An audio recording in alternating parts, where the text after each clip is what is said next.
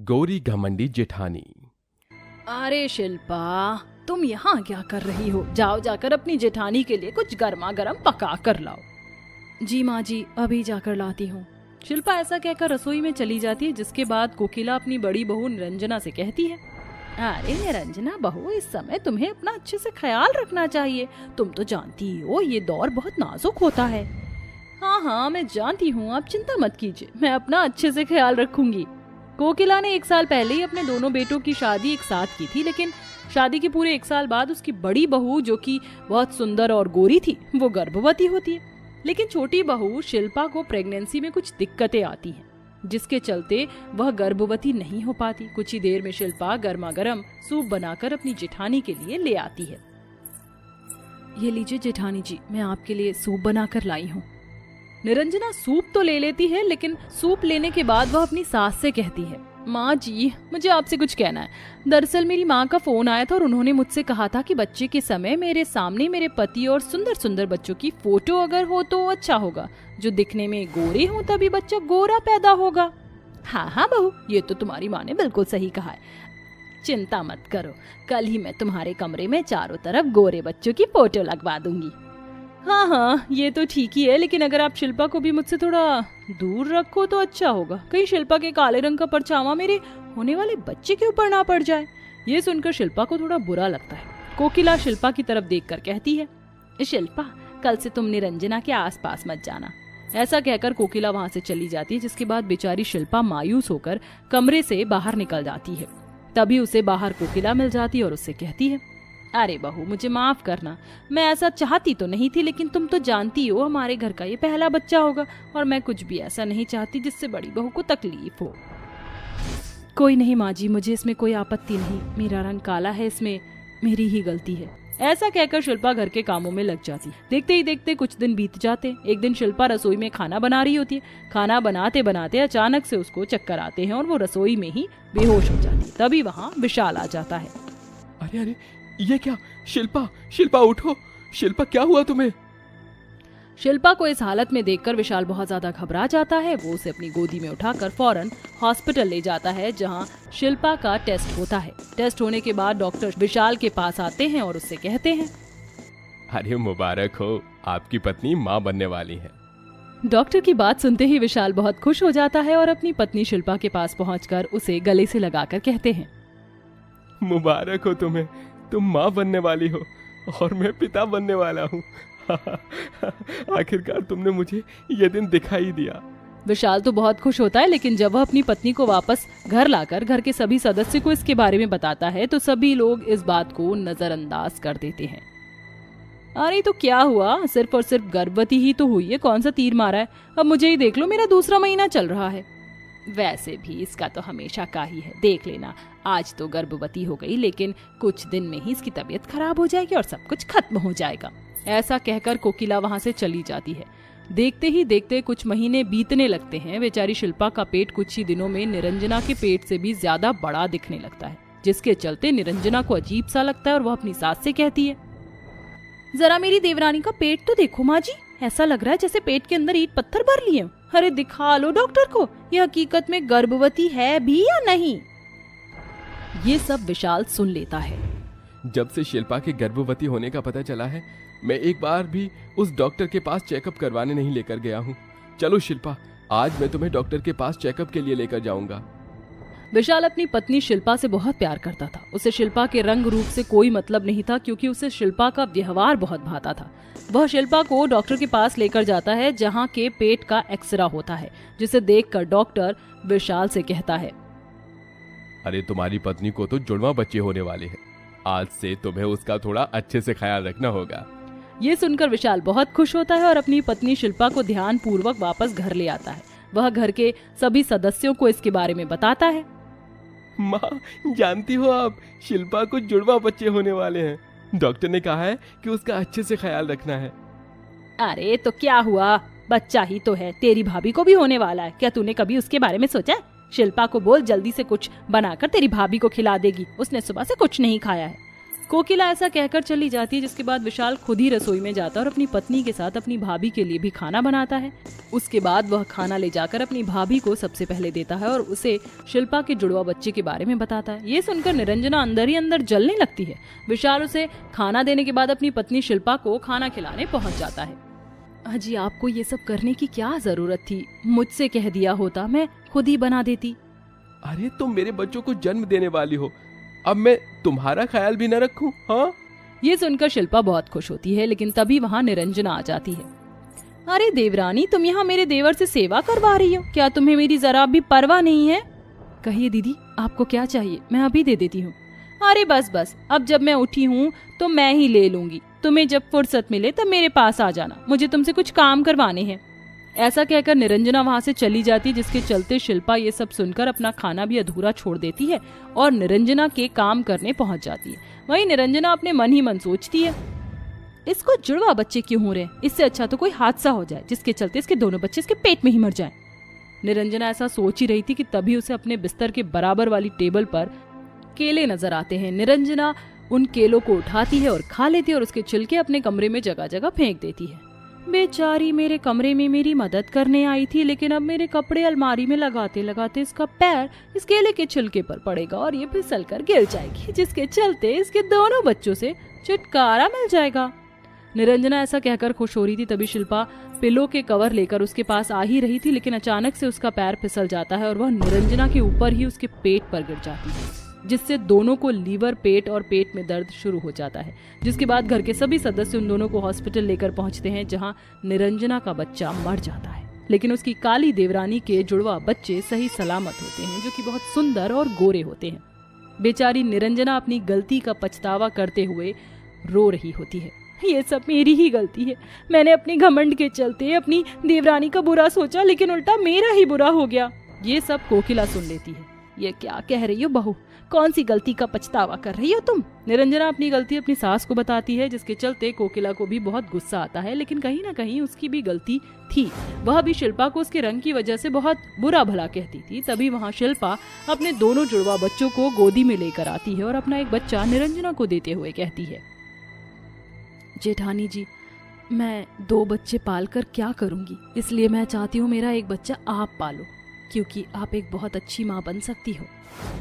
अपनी गोदी में बच्चे को देखकर निरंजना की आंखों में आंसू आ जाते हैं। मुझे माफ कर दो शिल्पा, मैंने तुम्हारे लिए कुआं खोदा था, लेकिन उसमें मैं ही गिर गई।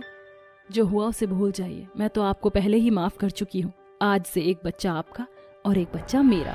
उस दिन के बाद से शिल्पा की घमंडी जेठानी का घमंड हमेशा के लिए चूर हो जाता है और वह अपनी देवरानी के साथ खुशी खुशी रहने लगती है। नरेड़ापुर के छोटे से गांव में कलावती अपनी बेटी रूपाली के साथ रहती थी। कलावती एक विधवा औरत थी और एक आम के बगीचे में काम करके अपनी बेटी और अपना गुजारा कर रही थी। आज तो बहुत ही ज्यादा धूप हो रही है, इतनी धूप में काम करने में बहुत परेशानी हो रही है। अरे क्या धीरे धीरे लगे हुए हो, जल्दी जल्दी काम करो, शाम तक सारा का सारा काम हो जाना चाहिए। मुंशी के ऐसा कहने के बाद कलावती जल्दी जल्दी काम करने लगती है। देखते ही देखते शाम हो जाती है। अरे शाम के 6 बज गए हैं, चलो बहन चलते हैं और अपनी आज की दिहाड़ी ले लेते हैं। हाँ बहन चलो चलते हैं। देखते ही देखते सभी मजदूरों की लाइन लग जाती है। एक के बाद एक आते जाओ और अपने पैसे लेते जाओ, चलो। सभी मजदूर अपने हिस्से के पैसे लेकर वहाँ से जाने लगते हैं। अरे सरोज, आज तो मंगल बाजार है, चलो वहाँ से सब्जी लेकर घर चलते हैं। हाँ बहन, मेरे घर पर भी सब्जी खत्म हो गई है, चलो चलते हैं। कलावती सरोज के साथ सब्जी मंडी में पहुँच जाती है, जहाँ पर सबसे सस्ती से सस्ती सब्जियाँ ढूंढती है और खरीदने के बाद वह अपने घर के लिए निकल पड़ती है। चलो बहन, मेरा घर तो आ गया है, तुम ध्यान से जाना, आगे का रास्ता बहुत ज्यादा खराब है और तो और गांव में लाइट भी नहीं आ रही है, अंधेरे में ध्यान से चलना। सरोज की बात सुनने के बाद कलावती आगे की तरफ बढ़ने लगती है। चलते चलते चारों तरफ से घना अंधेरा और शांति नजर आती है। वह अंदाजा लेकर सीधा सीधा चलती रहती है। अंदर से उसे थोड़ी घबराहट भी होती है। इतना अंधेरा है, यहाँ ठंडक बहुत है, जितनी जल्दी हो सके मैं यहाँ से बाहर निकलती हूँ ताकि मैं अपने घर अपने बच्चों के पास पहुँच जाऊँ। कलावती जैसे तैसे करके उस जगह से बाहर निकलती है। कुछ दूरी पर जाकर पानी के बड़े से टैंक के पास उसकी एक टूटी फूटी झोपड़ी होती है, जिसके बाहर उसकी बेटी झाड़ू लगा रही होती है। अरे माँ, आ गई आप? चलो अच्छी बात है। आज तो आप थोड़ी लेट हो गई हो, मैं बहुत देर से आपका इंतजार कर रही थी। हाँ हाँ, दरअसल आज मैं सब्जी मंडी चली गई थी, घर में सारी सब्जियाँ खत्म हो गई हैं। चलो अच्छी बात है, आप सब्जियाँ तो ले आई हो, वैसे भी सब्जी खत्म ही हो गई थी। मीना अपनी माँ कलावती के हाथों से थैला पकड़कर अंदर ले जाती है, जिसके बाद कलावती अपने मुंह हाथ धोने लगती है और मीना सब्जियां निकाल कर खाना बनाना शुरू कर देती है। कुछ ही देर में खाना बनकर तैयार हो जाता है। ये लो माँ, खाना खा लो। दोनों माँ बेटी खाना खाने लगती हैं, लेकिन तभी उन्हें अपनी झोपड़ी के बाहर से एक आवाज आती है। अरे कौन रहता है यहाँ? बाहर निकलो जरा। कलावती अपना खाना छोड़कर बाहर निकलती है। हाँ, क्या बात है? आप लोग कौन हो? देखिए, ये जगह सरकारी जगह है, आप यहाँ नहीं रह सकती हो, आपको ये जगह खाली करनी होगी। मैं यहाँ कई सालों से रह रही हूँ, आज तक यहाँ कोई नहीं आया और फिर मैं यहाँ से कहाँ जाऊंगी? मेरी बेटी और मेरा इस जगह के अलावा और कोई ठिकाना नहीं है। देखो, हम कंस्ट्रक्शन वाले हैं, हमें ये जगह खाली चाहिए ताकि हम यहाँ इस छोटे पानी के टैंक को बड़ा बना सके।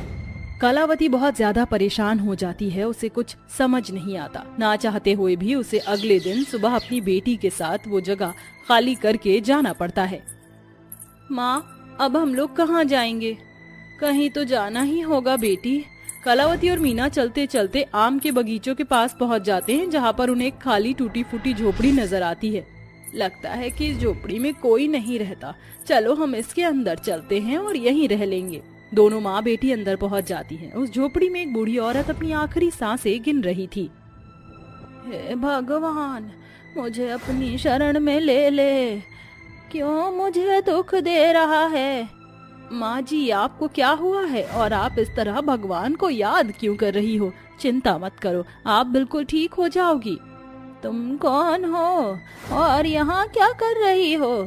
खैर, जो भी कोई हो, मुझे लगता है कि ये मेरी आखिरी वार्तालाप है। जाने से पहले मैं तुम्हें एक सच बताना चाहती हूँ। क्या बताना चाहती हो आप?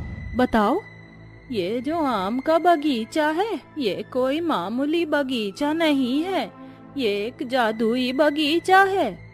क्या कहा? जादुई बगीचा है? मैं कुछ समझी नहीं। ये मेरा पुश्तैनी बगीचा है। इस बगीचे में सदाबहार आम लगे रहते हैं। इसकी मालकिन तुम हो, इसकी अच्छे से देखभाल करना। इतना कहने के बाद वैजंती अपनी आखिरी सांस छोड़ देती है और भगवान को प्यारी हो जाती है, जिसके बाद कलावती उसका अंतिम संस्कार करती है। जिसके बाद कलावती आम के बगीचे में जाती है और बगीचे में लगे आमों को देखकर सोचती है, इतने सारे रसीले आम हैं यहाँ, लेकिन वो बूढ़ी औरत, उस बूढ़ी औरत का इस दुनिया में क्या कोई नहीं था? खैर छोड़ो, एक काम करती हूँ, कुछ आम तोड़ लेती हूँ और उन्हें बेचकर कुछ पैसे कमा लूंगी। कलावती एक टोकरी में आम तोड़ती है। जैसे ही वह पहला आम तोड़ती है, वहाँ उसी के जैसा एक आम उग जाता है। ये क्या? यहाँ पर तो आम तोड़ते ही आम लग गया। इसका मतलब वो बूढ़ी औरत सच कह रही थी, ये कोई मामूली बगीचा नहीं, एक जादुई बगीचा है।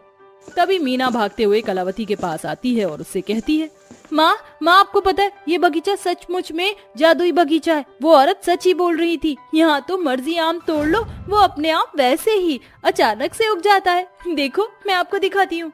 ऐसा कहकर मीना भी एक आम तोड़ती है, जिसके बाद वहाँ पर अचानक से एक आम अपने आप उग जाता है। बेटी, परेशान होने की जरूरत नहीं है, मैंने भी ये करिश्मा अपनी आंखों से खुद देखा है। ये समझो, ऊपर वाला जब भी देता है छप्पर फाड़ कर ही देता है। लगता है हमारी किस्मत ही बदल गई। कलावती और उसकी बेटी मीना दोनों ही कई सारी टोकरियों में आम भरकर बाजार में बेच देती हैं, जिसके चलते उन्हें अच्छे खासे पैसे मिल जाते हैं। देखते ही देखते वो आम बेचकर अपना खुद का एक घर खरीद लेती हैं और ये सब एक दिन मुंशी देख लेता है। अरे बाबा, क्या बात है, मुझे तो यकीन ही नहीं होता, ये सड़क छाप गरीब इतनी अमीर कहाँ से हो गई? इसके पास इतना बड़ा घर कहाँ से आया? मुंशी इस बात को गांव में और भी आदमियों में फैला देता है, जिसके बाद सभी हैरान रह जाते हैं। अरे लगता है इसने कोई चोरी और डकैती की है, लेकिन इस छोटे से बगीचे से ये इतना पैसा कैसे कमा सकती है? आज इस बात का पता लगा कर ही रहेंगे। मेरा इस पूरे गांव में सबसे बड़ा आम का बगीचा है। इतना पैसा तो मैं भी नहीं कमा रहा जितना ये छोटे से बगीचे से कमा रही है। रात होते ही इसके आम के बगीचे का राज ढूंढने चलेंगे। रात के समय मुंशी गांव के कुछ आदमियों के साथ कलावती के बगीचे में घुस आता है। कितने रसीले आम हैं, इन्हें देखकर तो खाने का मन कर रहा है। वैसे भी किसी को क्या पता चलेगा, एक तोड़ ही लेता हूँ। मुंशी जैसे ही एक आम तोड़ता है, उस आम की जगह पर दूसरा आम उग जाता है। अरे वाह, देखो तो सही, ये तो जादुई आम का बगीचा है। इन पेड़ों के ऊपर कोई भी आम तोड़ो तो अपने आप उसी जगह दूसरा आम उग जाता है। चलो भाइयों, एक काम करते हैं, इन पेड़ों को ही काट कर ले जाते हैं। एक एक हम सभी लगा लेंगे अपने अपने घर के बाहर। वो सभी आदमी आरी लेकर पेड़ों को काटने ही वाले होते हैं कि तभी वहाँ बूढ़ी औरत की आत्मा आ जाती है। तुम लोग ऐसे नहीं मानोगे, तुम जैसे लालचियों से मैंने इस आम के बगीचे को कितना बचाया, लेकिन तुम किसी गरीब का भला नहीं होने दोगे। अभी तुम्हें मैं सबक सिखाती हूँ।